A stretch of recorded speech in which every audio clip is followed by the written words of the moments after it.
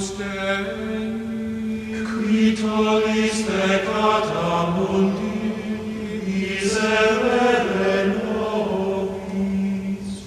Agnus Dei, qui tollis peccata mundi, miserere nobis. Agnus Dei, qui tollis peccata mundi, dona nobis pacem. God is love. Love is the reason why each of us are here. Love is the reason why you're sitting where you are right now, because God is loving you at this very moment. And if He were to stop loving you, there'd be an empty chair, because you wouldn't exist anymore. Love is the call that beckons each one of us to a deep, real, intimate, love-drenched relationship with our Creator.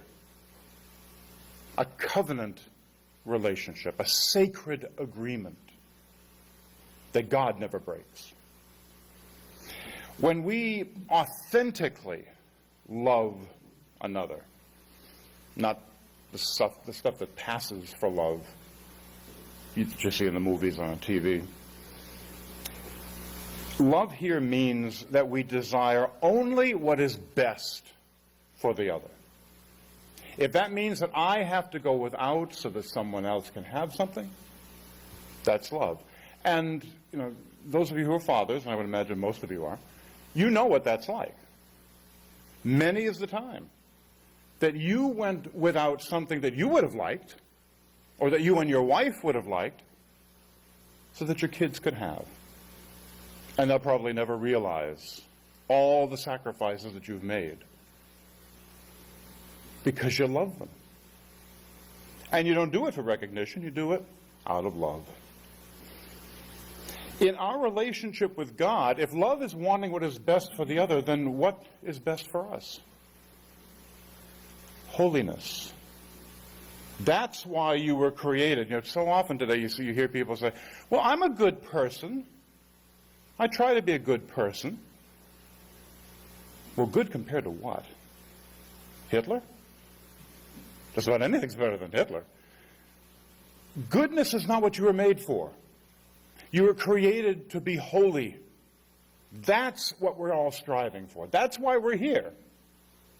And what is holiness? Holiness is to be whole, to be complete, to be lacking no good thing. And that's why we avoid sin. Because sin is nothing. It's the lack of the good that should be there. And so every time you choose sin, you choose to be nothing, when you were created to be something. And holiness means avoiding that. This kind of love must be our desire when dealing with others. Jesus in the Gospels tells us many things that we should do. The only time in all of Scripture that he ever gives an outright command is in the latter parts of John's Gospel. My command to you is this: love one another as I have loved you. Now, if that's the only time, now granted, everything that Jesus says, you pay attention to. But for him to use the word command regarding love, we should take notice. Before we can act authentically and lovingly be with others, we must first know how to authentically love Jesus. It's one of the reasons why I love Pope Francis so much is that, yes, there are people who, when somebody is inquiring about Catholicism in particular, Christianity in general, they throw a lot of dogma at them first, the rules and regulations, which have their place. But Pope Francis says, no, first of all, Jesus. If you fall in love with Jesus, everything else falls into place. Okay. When I was in first-year theology at St. John's in Brighton, we had a weekend retreat for the first-year theologians. And there's a building up on the hill called St. William's Hall. And I think it was Friday night of the retreat. There was about 2 hours of free prayer time. You could go anywhere on the property, and it's a big place. You go anywhere and spend that time in prayer.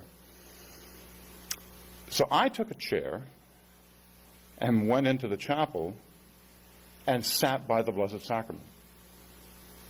And I just sat there for a while, just, me and the boss. And I looked at that tabernacle and I said, Lord, I want to love you as you want me to love you. I don't want to impose anything on you. I want only what you want. And shortly after that, I heard a voice inside. I didn't have any locutions or anything, that said, read the Song of Songs. Now, I'd read the Song of Songs before. I mean, it's in the Bible, so you got to at least respect it. But I opened it up and started reading, and it was like the proverbial scales fell from my eyes. It was describing Jesus' desired relationship with me.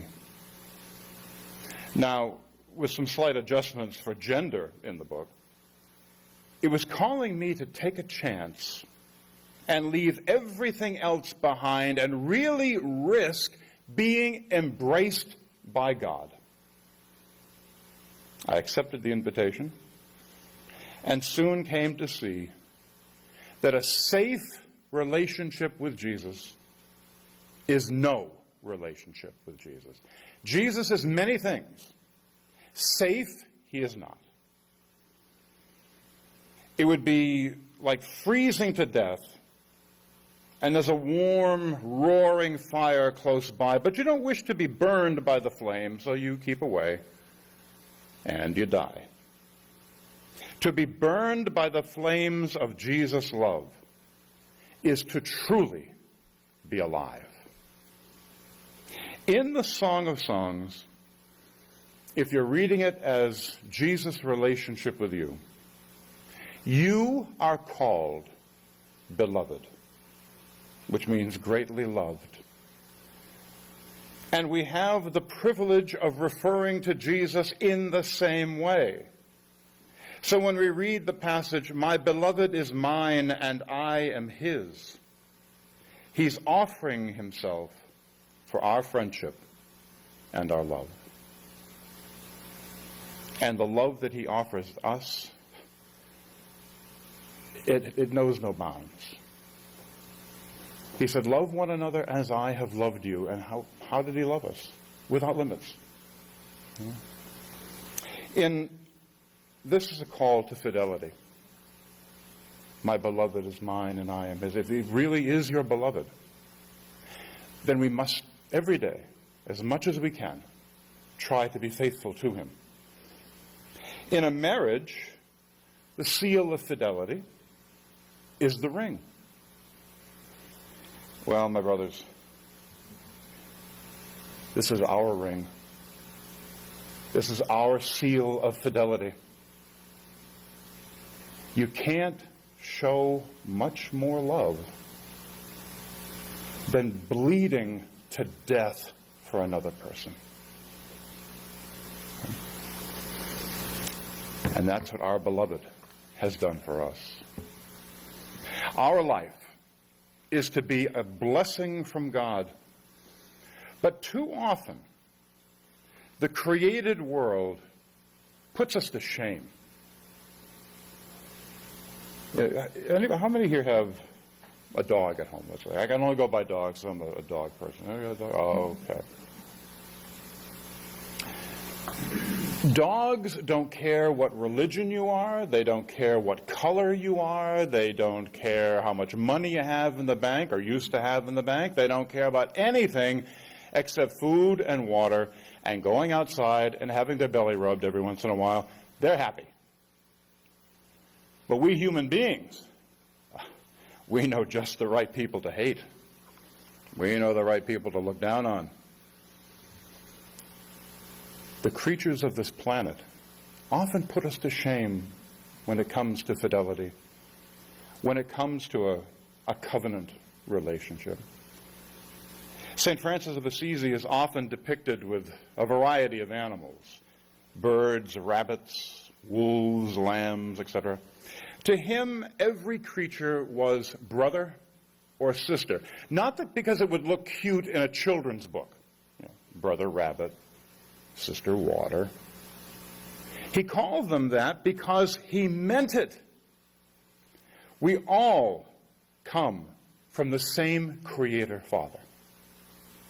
And if that be the case, therefore we are all members of a very wide family, hence brother and sister.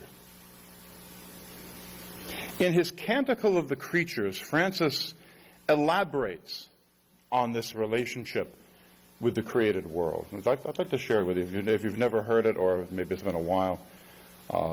It's the first poem that was written in Italian. Before Francis, everything had been written in Latin.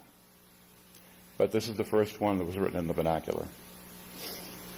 Most High, all-powerful good Lord, all praise is yours, all glory, all honor, and all blessing.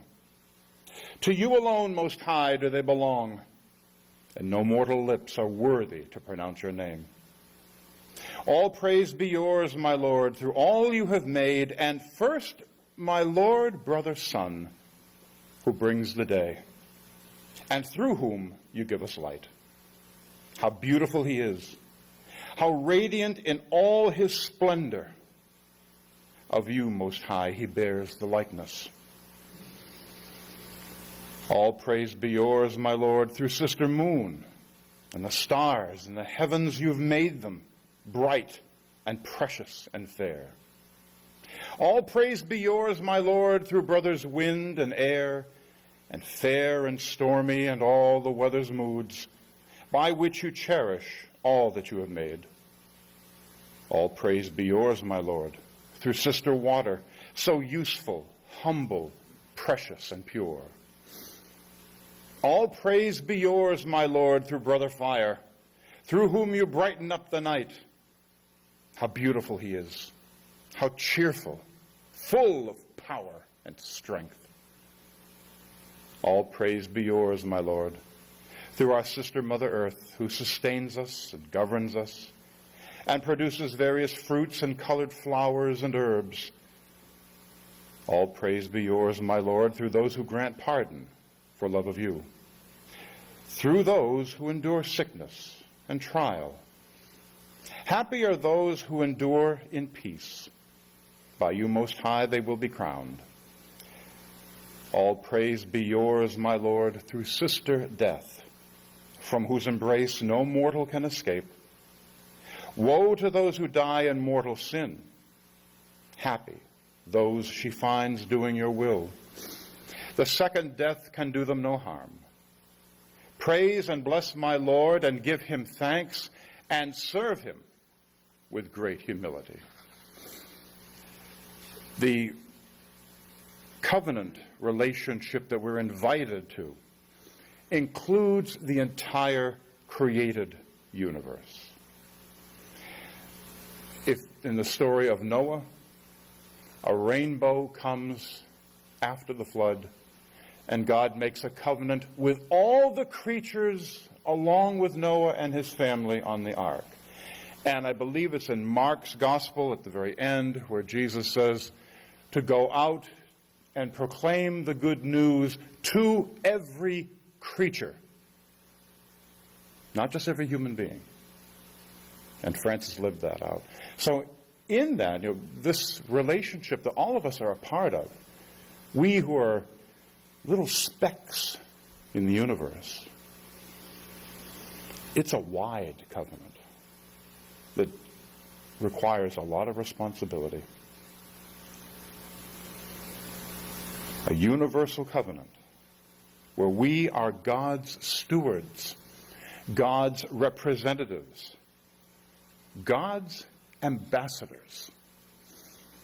That's what we are, regardless of the age, regardless of hair color or lack of any kind of hair color. The ambassadors of God, the ambassadors of Jesus Christ.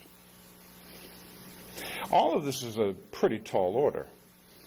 How can we poor, bumbling human beings enter fully into such an awesome relationship? I have a suggestion for you. Look to Mary. For three things. First of all, she listened. In the gospel account of the Annunciation, this 13, 14-year-old girl is visited by an angel. Now, I don't know about you, but to my knowledge, I've never been visited physically by an angel. Maybe I have. I don't know. But I think I would listen to what they had to say a lot more than putting my own 2 cents worth in. If anything, I'd probably be struck mute. She listened. She heard that she, of all the women on this planet, was chosen by God to bear the salvation of the world, really. And she didn't ask for a blow-by-blow description. When's this going to happen? How's that going to happen? She just wanted a little clarification. You know, she hadn't been with a man, so how's this going to happen? I mean, she was no dummy. She knows that 1 plus 1 equals another 1. And when she hears how God had planned all this out and how she fit in his plan, that's all she needed to know. God wanted it, case closed. She listened, she obeyed. Again, not asking for, when's this going to happen and when's that going to happen. If she knew everything that was coming down the pike, she probably would have run. I know I would have. But God wanted it. That was enough. How often do we demand this, that, or the other thing of God, rather than just saying, Lord, I don't know what you're doing. I rarely do. But it's okay with me. If you want it, that's it. She listened, she obeyed, and she trusted. And that's the key. When you trust, you relinquish control. We want to be in control of everything. And yet, if you're honest, you are in control of very little. God wants to be in control of your life. Not as some maniacal manipulator, but as Papa, who wants nothing but the best for his children. That's all. Mary trusted, even when she had to give birth to her son in a foul, stinking stable cave. She trusted when she had to run with her husband and newborn son and become immigrants in Egypt because a maniac king wanted to kill him.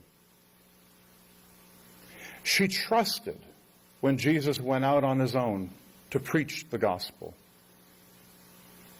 And more than likely, she accompanied him on a lot of those preaching trips and heard the grumbling and heard the complaining. She trusted when her baby boy was stretched upon a cross and his enemies were so happy. And she heard every cruel and unkind word toward her broken and bleeding son, and she could do absolutely nothing. But she trusted. Even if she was just hanging on by a thread, she hung on. And I firmly believe that when Easter Sunday happened, Jesus made it a point to appear to her first. She earned that. Deacon Burke Sivers in the chapter writes, "We are called to imitate Christ and to become living witness of our faith every day. Can people see the face of Jesus in us? Can people say to us, 'You have the heart of Jesus'? Or, 'I can see the light of Christ burning within you'? As his ambassador, can people see him in how you speak, how you act, how you refuse to act, how you refuse to speak? You, in reality, may be the only gospel that anybody ever comes in contact with." Maybe they can't read. Maybe they don't know why they should bother to read the gospel. Maybe they don't know why they should even bother with this Jesus character at all. But they'll see you. They'll hear you. And that may be the prompting that they need to say, "Hey, who is this Jesus?" And you don't have to give every single theological answer. The best thing to do is say, "Look, I can't give you all the biblical accounts of things, and I can't give you all the theological nuances of things, but let me tell you what he's done for me." That will get them. You become the lesson and the teacher. Can people say that about you? If not, then let us ask Mary to cover us, her sons, with her mantle. And beneath her protective shelter, let us grow into the people that God intended. Expressions of Mary's Son made present in the world. And may God grant you his peace. Thank you.